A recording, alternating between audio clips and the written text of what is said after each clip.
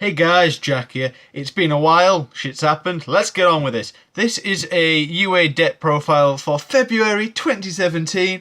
I've just finished this deck. I finally got all the pieces for it after Raging Tempest has just come out. My Foolish Burials of Goods came yesterday. So I am here to give you this deck profile, and to be honest, this deck is so fun. This is like my favourite deck of all time. I played it back when it first came out in like 2014 Necros format, and I'm not joking, I had so much success with this deck. It made so many people salty. Like, I was beating Shaddolls, Tellarknights, Necros. I was sweeping the meta with this. The only deck I couldn't beat with it was Klee, and that's because Pendulum decks were just putting too much pressure on board with when I was playing this. But this deck is honestly one of my most favourite decks ever, and I'm so glad that stuff has come out and people have found stuff I can use in this so I can play this deck again. So without further ado, let's just jump straight into this. Right, first off, we're running triple UA midfielder. If you don't know what this deck does, it's all about bouncing your monsters back to your hand to special summon them. He's your only normal summonable UA monster. He's level 4, as you can tell. His effect is, if he's in your hand and you control another UA monster, you can bounce that UA monster to your hand and special summon him. Every UA monster has that effect, absolutely every single one. But his unique individual effect is, once per turn, I can target a UA monster with a different name, so not him, bounce that target to my hand, and then special summon another UA monster with a different name from my hand. If you don't know, UA monsters can only be special summoned once per turn by the bounce back special, but he gets around that because it's his effect doing it, not the UA monster in hand's effect. So yeah, you have to run 3 of him because he's just the one that gets all your combos going, and you need to find this really, really fast in the deck. So we run many, many ways to get to him quickly. So that's why we run 3 of him. Next up, we run double UA Mighty Slugger. This guy is your Armides. When he attacks, your opponent can't activate anything, so that's monsters, spells, traps, whatever. He's really good because he's only 1 tribute if you need to end up tributing for him, and he just helps you go into rank 5s, and that's mainly what this deck goes into, rank 5s, if you ever go into your extra deck. But personally, there's only 1 card I ever go into the extra deck, 1 or 2 cards, and I'll show you what they are when I get to them. But yeah, he's really powerful. With the field spell on board, he's going up to 2-8, he's going up to 3-3, and he's just putting so much pressure on board, and he really pisses your opponent off. That's pretty much what he does. Yeah, next off is double UA Perfect Ace. This card's really good. I would bump him up to 3, but the main deck space is just so tight, and this is not like a lawn mowing deck where you want to be running 60. This is just, you want to be running 40 cards minimum just so you can see stuff like your midfielder and all your other combo pieces. So I have to run him at 2 just for space. But apart from the bounce back effect, his effect is once per turn during your opponent's turn, if your opponent has activated a card effect, so a monster, spell, trap, even if it's a spell card that's already activated, like a field spell, and they're activating it, or a continuous trap and it's already up but they're activating their effect, you can discard 1 card, negate the activation, and if you do, destroy it. So this is kind of like a Drancier in a sort of way, in the fact that you are getting rid of a card. It's not just a free pop, they do actually have to activate something, but it's really strong, and it can disrupt your opponent quite well, and it can really put a spanner in your opponent's plan. Next up is the OTK maker himself, 2 Dreadnought Dunker. This card is my favourite card in the entire UA monster lineup because you can pull off so many funny OTKs with this guy. With him, Jersey, and the field spell, you don't even need the field spell. It's just funny with him and Jersey. His effect is piercing damage, and when he inflicts damage to your opponent, you can pop a card they control. That's it. But you equip him with Jersey, he becomes 3/5. He's dealing double damage, so attack or defense, they're taking double damage. They're taking double damage to what they normally would take. And then with Jersey, he can attack again. We're not taking double damage from a direct attack, but he's dealing 3/5 pretty much direct. And if we've got 2 monsters on board, they're taking double damage twice, so the amount of OTKs you can pull off with this guy is unreal. That's why I love him. And you run him at 2 because he does clog. He can clog if you don't need him all the time, but yeah. Next up, we run 1 Rival Rebounder. This guy's really good. I want to bump him up to 2. It's just finding what to take out to bump him up to 2 because he's really good. I can have a UA monster on board, field spell, when I tribute a monster, if he's normal summoning my turn, so that's my tribute summoning, I can revive a UA monster from my graveyard. I can tribute a monster, normal summon him, and then bring back that monster back, and I've got 2 monsters on board, so it helps you build up your board. But if you special summon during your opponent's turn, which I don't really do with him, you can still special summon. It's from hand or grave, I think. From your grave. Yeah, hand or grave. So you can get stuff out your hand as well. I normally use it from grave, so yeah. But if you click Call the Haunted or something, you can build up... If you've got nothing on board and Call Haunted him, you can build up some defences with him, so that's why he's really good. I would bump him up to 2, but it's just struggling to find the space. Next up is 1 UA Goalkeeper. Once per turn, is a quick effect. You can target a UA monster you control, including himself, and once per turn it can't be destroyed by battle or card effects. So yeah, the only run him at 1 is not really necessary. It's just there for a bit of defensive plays. Next up is UA Blockbacker. This guy is really cool.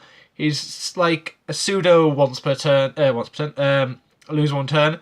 If your opponent would special summon a monster or monsters, you can negate their effects and change their battle position. So they summon it to attack, negates effect, goes to defense. Summon defense, negates effect, put it to attack. It's really cool.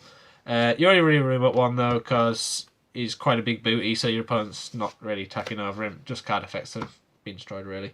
Next up to supporting engines, I run triple Speedroid, Terratop, and 1 Teddenborg. This engine just helps this deck so much. Even if you don't have Invoker, X-Saber Invoker, you can normal this, you can special this, so you thin your deck out by 2, and you can use them for tribute fodder for UA, so that's why they're really good, even without Invoker. I do run the Invoker, but this engine just helps this deck out so much. This engine just revives this deck. And for our last 2 monsters, we run 2 Mech C because special summoning is so prevalent nowadays, especially with Zodiacs. You go second in Zodiacs, yes, they're going to put an impressive board up, but you can sort of push against them if you do have the Mech C in hand, because they're special summoning so much, they're giving you so many draws. And if they don't know what you're playing, them giving you them draws can be dangerous as well, because you run like Dark Hole and Regeki in your side deck. I don't mean them, I run them in my side, but that's personal preference, so I won't be showing you that. Next up for the spells is triple UA Stadium. This card is so important. Every time you normal summon a UA monster, you get to add another UA monster from your deck to your hand. And on the first special summon of a UA monster per turn, all monsters you control, regardless of whether they're UA or not, gain 500 attack. You need this card at 3 because it is your main searcher along with midfielder. The combo for them is just you activate this, normal summon, search, and you get whatever you need, and that can make your game state really, really strong. You can make really strong boards, and it speeds up the deck phenomenally, and you just need this at 3. If you're running this at any less than 3, you're just not playing the deck well at all. Next up for the next spell is triple Siding Deal. This is sort of like a pseudo rotor. You can special activate this once per turn, special summon 1 UA monster from your deck in attack or defense position. You take damage equal to its level times 300, and then its effects are negated, but you're not really bothered about the effects being negated. It just gives you something on board that you can bounce back and special summon other things. It's another way to search out a midfielder, so this is like another 3 midfielder, or if you've already got a midfielder, it's something else. It's another search. It just helps you, and it even helps you build up your board. This is a really strong card. I've seen people run it at 2, which is fair enough, but personally, in my build, 3 is perfect because you want to be seeing that midfielder as much as possible. You need to see that midfielder ASAP, and that's what this helps you do. And like I said before, if you've already got the midfielder in hand, this card is just amazing because the amount of boards you can make with this, it's really, really strong and really, really good. So 3 is a must for me. You might want to try it at 2, but 3 is a must for me. Next up is the next part of the OTK, along with Dreadnought Dunker, is Power Jersey. Right, this card, hands down, one of the best equipped spells, in my opinion. One that... This and Moon Mirror Shield, I don't run Moon Mirror Shield, but that's a good card as well. But to me, this is even better. The equipped UA monster gains 1000 attack and defense, which is cool. Also, any battle damage involved to your opponent with the monster that's equipped with this is doubled, and that monster can attack again if it destroyed an opponent's monster by battle. But the best part about this is it recycles itself. That's why I'm only running 2 and not 3, because you can equip it to a UA monster, and if you bounce that back, yes, this will get destroyed, but if a UA monster is returned to your hand so your opponent can compulse it or whatever, Stormy Mirror Force you will get this back, from graveyard. So that's why you run this at 2, because you can search it and it's recyclable. It's such a great card. Next up, I run 2 Terraforming. This spell card, obviously, why am I trying to explain Terraforming? It just searches out your field spell. Bloody hell. Next up, great new addition to the deck and a great new card. 2 Foolish Burial of Goods. Right, this card, woo! It was needed for this deck. This card just helps you go off as well. There's just so much consistency in this deck that I found that I've put into it. And for me, this deck works perfectly. I've had great results with it online and offline in the testing that I've done. 2 is the perfect number. You don't want to see it at 3. It clogs at 3. Because you do want the 1 card that you are sending with this. Sometimes you do want at least 1 in hand, or at least 1 to use its field effect, because it is a really good card. But yeah, this you can use to send your penalty box, and you can use your penalty box. You can bash your penalty box even the same turn that you sent to graveyard to get a search. So 2 of this is just amazing. The consistency in the deck with that is just amazing. Love it. Next up for back row, 2 Twin Twister, because we hate back row. It's kind of self-explanatory. Monarch Stone 4th, tribute for your level 5s and 6s. So this is another way to get out a Rival Rebounder, not Rival Rebounder. Rival Rebounder to get something from hand or from grave, and you get clear your opponent's monster. So that's really cool. 4th midfielder. So yeah. And onto the traps, we run triple UA penalty box. 2 of these are going to be sent by your Burial of Goods, and this effect is you can banish it when it's in the graveyard. You can banish it and add a UA spell from your deck to your hand. So that's your jerseys, your signing deals, your field spell, and like turnover tactics. If you're running that, I'm not. I'm going to side that because zoo. But yeah, its on-field effect is if a UA monster is involved in a battle with an opponent's monster, you can activate this and banish that opponent's monster up until the second end phase they were banished. So you activate it in their turn, you get 1 turn without their monster, and then they get it back.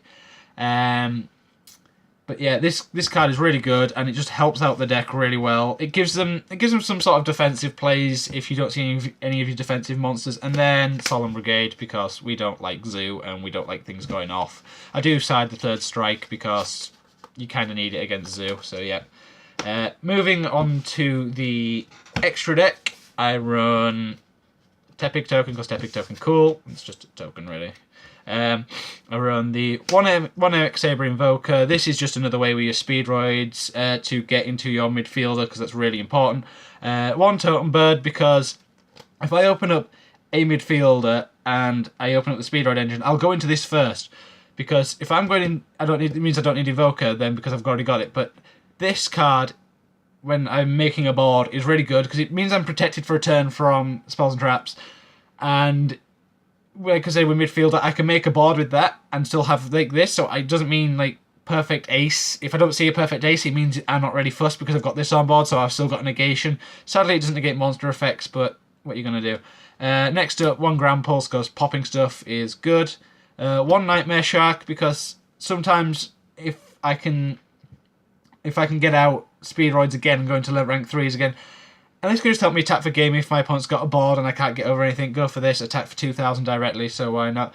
That's it for my rank 3s. For rank 4s, I run Down a Magician, because I can overlay it onto any rank 3, onto any of the rank 3s, which is really cool.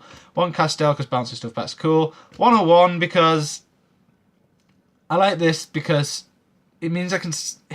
Stealing your opponent's monsters is underestimated nowadays, so I like it at 1 because it can screw your opponent up, and it's a defensive play if really, really need be.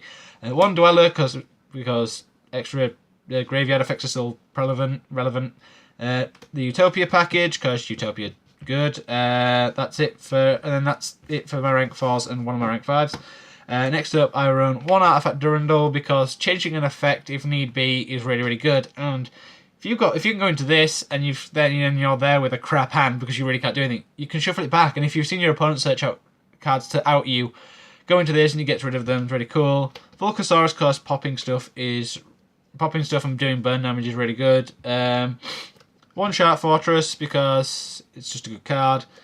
Then for rank 6s, I run 124 Dragolus the Vampiric Dragon, because the shenanigans with this, with the rank 6s, I only run 2, so I don't 2 level 6s, so I don't really go into it that often, but it's a good defensive play, and it can mess with your opponent. And then 1 Utopia Beyond for the effect, going to 0 and massive damage, so yeah.